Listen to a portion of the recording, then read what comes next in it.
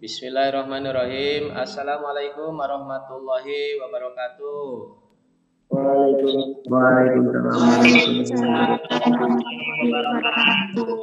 Alhamdulillahirrahmanirrahim.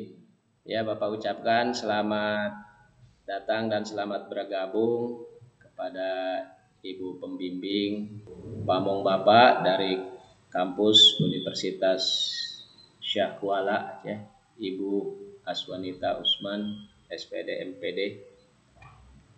Selamat bergabung. Selamat siang anak-anak, ya, sehat semua. Dan alhamdulillah pembelajaran di hari Kamis ini, walaupun kita di siang hari, kita senantiasa diberikan kesehatan oleh Allah Subhanahu wa taala, ya. Apa kabar semuanya? Sehat semua? Alhamdulillah. Baik, untuk memulai pembelajaran kita pada siang hari ini, materi ekonomi di kelas 11 IPS 1, silahkan dipimpin doanya, ya. Silahkan dipimpin doanya. Sakib untuk memimpin doa, silahkan. Iya Pak. Baik. Sebelum kita memulai pelajaran hari ini, alangkah baiknya kita berdoa. Berdoa dimulai. Berdoa selesai. Alhamdulillahirrahmanirrahim. Terima kasih Sakib, siswa-siswi, Bapak sekalian. Setelah berdoa, silahkan diperiksa.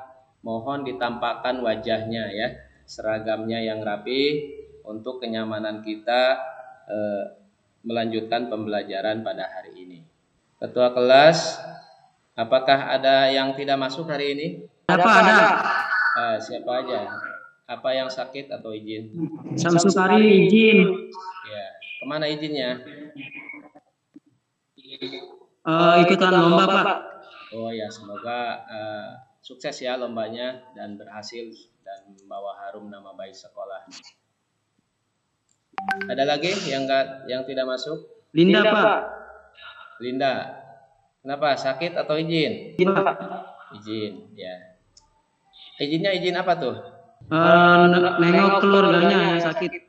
Mudah-mudahan lekas sembuh ya untuk keluarga Linda dan keluarga kita semua, semoga dalam keadaan sehat, ya.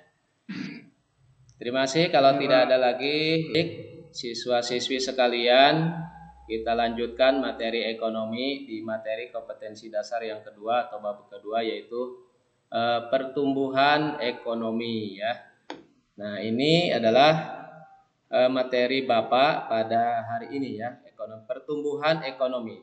Sebelum melanjutkan ke materi ini, ada yang masih ingat materi yang kemarin? Ada yang masih ingat materi yang kemarin? Iya, materi yang kemarin adalah pendapatan nasional, ya. Pendapatan nasional. Ada yang masih ingat pengertian pendapatan nasional? Pembelajaran ini ada yang masih ingat pendapatan nasional? Nah, pendapatan nasional itu adalah, ya, pendapatan domestik bruto, ya, pendapatan domestik bruto atau pendapatan masyarakat yang dihitung dalam satu periode tertentu, ya.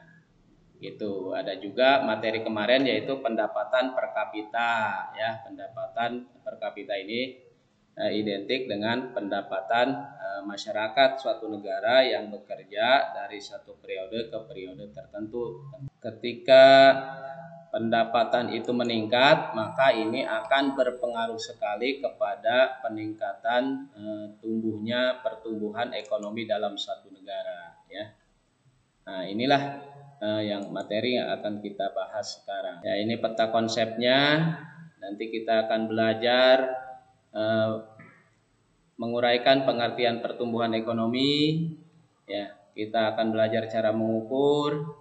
Kita juga akan mempelajari faktor-faktor, ya, serta pembangunan. Ini di materi yang akan kita bahas jauh, dikupas tuntas di dalam bab pertumbuhan dan pembangunan ekonomi. Tapi kita konsentrasi sekarang di pertumbuhan ekonomi, ya. dengan tujuan pembelajaran hari ini, ya, kalian diharapkan dengan menerapkan pembelajaran pendekatan TIPEK, ya, penerapan teknologi, terus melalui model pembelajaran berbasis masalah, problem based learning, serta nanti pengerjaan penyelesaian permasalahan dalam bentuk tugas LKPD. Nah, kalian diharapkan untuk yang pertama senantiasa menjalankan sikap spiritual yang tinggi, berperilaku jujur dan disiplin, ya. Dengan materi ini pula kalian tentunya pada intinya dapat menguraikan pengertian pertumbuhan ekonomi, menganalisis teori-teori pertumbuhan ekonomi, menghitung laju pertumbuhan ekonomi, serta menganalisis faktor yang mempengaruhi pertumbuhan ekonomi. Nah, siswa-siswi sekalian, ya, untuk penyerapan pemahaman daya nalar kalian, penguatan terhadap pengamatan permasalahan dalam pertumbuhan ekonomi, berikut Bapak tampilkan gambar, ya. Silahkan amati dari gambar yang tampil pada layar HP kalian, layar monitor kalian. Nah, ini ada gambar, ya. Memang Bapak belum pecah-pecah ini gambarnya, tapi mudah-mudahan nampak jelas di layar monitor kalian, ya. Nah, silahkan untuk permasalahan yang pertama di sini kalian dituntut untuk dapat melakukan pengamatan gambar manakah yang menunjukkan pertumbuhan ekonomi. Yang kedua, keterkaitan gambar 1, 2, dan 3. Yang ketiganya, nah, apa pengaruhnya dari pertumbuhan tersebut terhadap kegiatan ekonomi masyarakat. Lantas yang keempatnya, menurut pengamatan kalian ini, apa yang menyebabkan adanya perbedaan pertumbuhan ekonomi? Ada yang sudah bisa memberikan pendapatnya? Silahkan, ya. Ini kelompok-kelompoknya, ya. Iya Pak. Ya, silahkan. Seperti yang ada pada gambar di ini, perubahan ekonominya itu begitu sangat pesat Pak. Iya, di gambar nomor berapa ini? Di gambar nomor 1. Gambar nomor 1. Ya, menurut Ilham ini adalah pembangunan yang sangat pesat, tentunya dengan melihat gambar pada poin nomor 1. Bapak yakin Ilham memperhatikan poin gambar nomor urut 1, ya. Itu ada gambar jalannya Pak, jalan. Ya, gambar jalan yang bagaimana? Bagus. Yang kedua jalannya baik. Keterkaitan pertumbuhannya itu, ya kalau jalannya bagus itu bisa jadi distribusi dalam perdagangan gitu Pak. Lebih cepat, ya. Iya, betul. Jadi pengantaran untuk distribusi itu lebih cepat dari satu tempat ke tempat yang lain. Nah, apakah ada keterkaitannya dengan gambar yang di atas? Dan memang betul, gambar nomor 1 itu ada gambar kemewahan kota pada malam hari. Nah, ini ada gambar yang kedua adalah gambar mobil-mobil yang banyak dengan jalannya yang bagus, dan yang satunya adalah gambar yang memprihatinkan. Nah, tentunya dengan dilakukannya dengan adanya pertumbuhan ekonomi, maka seiring dengan itu pembangunan juga akan berjalan, ya. Dan nomor 3 ini adalah menggambarkan belum pemerataannya atau belum ratanya pertumbuhan, ya. Pertumbuhan ekonomi, ya. Nah, ini pengertian pertumbuhan ekonomi, ya. Pengertian pertumbuhan ekonomi merupakan suatu keadaan, ya, di mana terjadi kenaikan produk domestik bruto dalam satu negara tanpa memandang apakah kenaikan tersebut lebih besar atau lebih kecil, ya. Atau dengan kata lain, pertumbuhan ekonomi ini sebagai proses kenaikan gross national product atau PNB atau GDP, gross domestic product, ya, atau pendapatan nasional, atau produksi nasional, atau output nasional, ya, atau pendapatan per kapita, ya, dengan tidak adanya pengaruh dari perubahan-perubahan yang lain.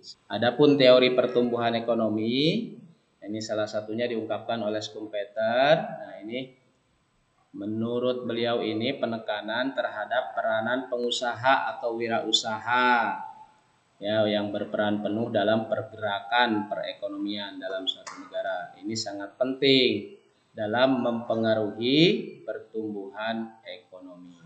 Ya, menurut Schumpeter ini, ketika tingkat kemajuan ekonomi semakin tinggi, maka kemungkinan untuk melakukan inovasi semakin terbatas. Ini menurut Schumpeter, ya. Selanjutnya ini ada pengertian pertumbuhan ekonomi klasik. Ini diungkapkan oleh tokoh ekonomi kita yang sangat legendaris, yaitu Adam Smith, ya. Berarti ini pemikiran ekonomi klasik ini yang pemikiran yang melepaskan, ya, perkembangan ekonomi dari campur tangan pemerintah, gitu, tanpa lepas dari kendali pemerintah. Terlihat ya, terbaca ya. Ini terbaca ya. Terbaca, Pak. Terbaca, Pak. Selanjutnya Adam Smith juga menuturkan atau berpendapat bahwa bisa dibacakan, Nurwida? Sama Ilham deh, Pak. Ilham lagi. Terima kasih Ilham. Ya, silakan Ilham, ya. Pertumbuhan ekonomi menurut Adam Smith. A. Pertumbuhan produksi ditentukan sumber daya alam, sumber daya manusia, penduduk, dan sumber modal. B. Pertumbuhan penduduk menurut Adam Smith akan mendorong pertumbuhan ekonomi. Terima kasih. Pak, Iya, siap. Tanya, Pak. Iya. Kan yang poin nomor B ya, Pak. Iya. Pertumbuhan penduduk menurut Adam Smith akan mendorong pertumbuhan ekonomi. Maksudnya itu seperti apa ya, Pak? Iya, contoh atau maksud dari mendorong pertumbuhan ekonomi, ya. Ya. Iya. Ya, pertumbuhan penduduk menurut Adam Smith akan mendorong pertumbuhan ekonomi. Nah, mendorong pertumbuhan ekonomi ini maksudnya apa? Gitu menurut Ilham, ya. Begitu Ilham, ya. Iya, Pak. Nah, dari rekan-rekan yang lain, siswa yang lain, ada yang bisa memberikan komentar dari pertanyaan Ilham? Galih, Pak, Galih. Galih, ya, mangga Galih. Tadi kemana Galih? Izin keluar dulu, Pak, tadi. Oh iya, ya silakan. HP-nya jelas ya. Oke, Pak, izin menanggapi ya untuk pertanyaan dari Ilham. Poin B ya, Pak, ya. Iya. Yang dimaksud dengan teori ini adalah ketika banyaknya penduduk atau bertumbuhnya penduduk itu kan otomatis banyaknya sumber daya manusia. Nah, dari situ kita bisa menentukan banyaknya pemikiran dari manusia tersebut. Beberapa pemikiran, tidak cuma satu, yang akhirnya nanti akan menumbuhkan pertumbuhan dari ekonomi. Jadi menurut Galih, kalau boleh Bapak simpulkan bahwa pertumbuhan penduduk ini sangat berpengaruh kepada pertumbuhan ekonomi, semakin mendorong karena semakin banyak jumlah penduduk, menurut Ananda Galih, semakin banyak sumber daya manusia. Ya, baik, betul sekali menurut Ananda Galih, ya, kemungkinan besarnya sangat tinggi gitu ya, ketika jumlah penduduk makin bertambah, sumber daya manusia juga akan makin bertambah gitu. Kita lanjutkan. Nah, selanjutnya teori pertumbuhan ekonomi neoklasik. Ada yang bisa membacakan? Ada yang bisa Sopi, Pak. Iya, silahkan. Sopi, Pak. Sopi, silahkan ya. Iya, Pak. Teori pertumbuhan ekonomi neoklasik. 1. Adanya akumulasi modal. 2. Pertumbuhan ekonomi berlangsung secara bertahap. 3. Seluruh faktor tumbuh dan berkembang secara bersama-sama. 4. Sumber daya manusia dapat mengatasi keterbatasan sumber daya alam. kelima, adanya pengaruh hubungan internasional. Ya, dapat dipahami? Atau ada yang kurang paham, silahkan. Sambil kita meneruskan ya. Nah, ini adalah cara mengukur atau menghitung laju pertumbuhan ekonomi, gitu ya. Cara mengukur laju pertumbuhan ekonomi ya. Uraian pengertian dari pertumbuhan ekonomi. Pertumbuhan ekonomi atau economic growth adalah perkembangan kegiatan dalam perekonomian yang menyebabkan barang dan jasa yang diproduksi dalam masyarakat bertambah atau meningkat dalam jangka panjang. Atau dengan kata lain, pertumbuhan ekonomi adalah proses GNP atau GDP atau pendapatan nasional atau produksi nasional atau output nasional atau pendapatan per kapita dengan tidak disertai adanya perubahan hal ini. Iya, putus-putus ya. Iya, baik, Ilham, terima kasih atas presentasinya. Karena ini putus-putus ya. Tugas LKPD-nya silahkan kalian kumpulkan, share ke Bapak ya, untuk Bapak berikan penilaian. Nanti kalau di pertemuan minggu depan ada kesempatan dan waktu luang, di awal kita presentasikan hasil kerja sekarang ya. Baik, untuk kesimpulan, ada yang bisa menyimpulkan dari materi kita? Kalau tidak ada, baik Bapak simpulkan bahwa pertumbuhan ekonomi ini merupakan suatu proses perubahan kondisi perekonomian suatu negara secara berkesinambungan menuju keadaan yang lebih baik selama periode tertentu, atau pertumbuhan ekonomi adalah proses kenaikan gross national product atau gross domestic product atau pendapatan nasional atau produksi nasional atau output nasional, atau disebut juga dengan pendapatan per kapita ya, dengan tidak disertainya perubahan-perubahan faktor-faktor lain. Itu kesimpulan dari pertumbuhan ekonomi.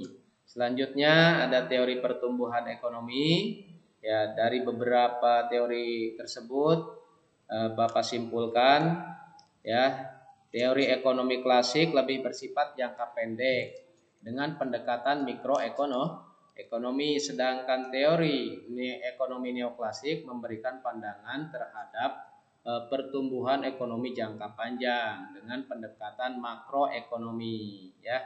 Demikian perjumpaan kita kali ini. Semoga apa yang Bapak sampaikan banyak bernilai manfaat buat Bapak, khususnya buat kalian semuanya, siswa-siswi Bapak. Terima kasih, Bapak sangat bangga dan Bapak sangat senang masuk ke dalam kelas IPS 1 ini. Semuanya mohon keaktifannya nanti lebih dipertambah lagi ya. Baiklah, kita dalam penutupan ini kita akhiri juga dengan doa. Ya, silahkan. Ya, kita berdoa. Mulai.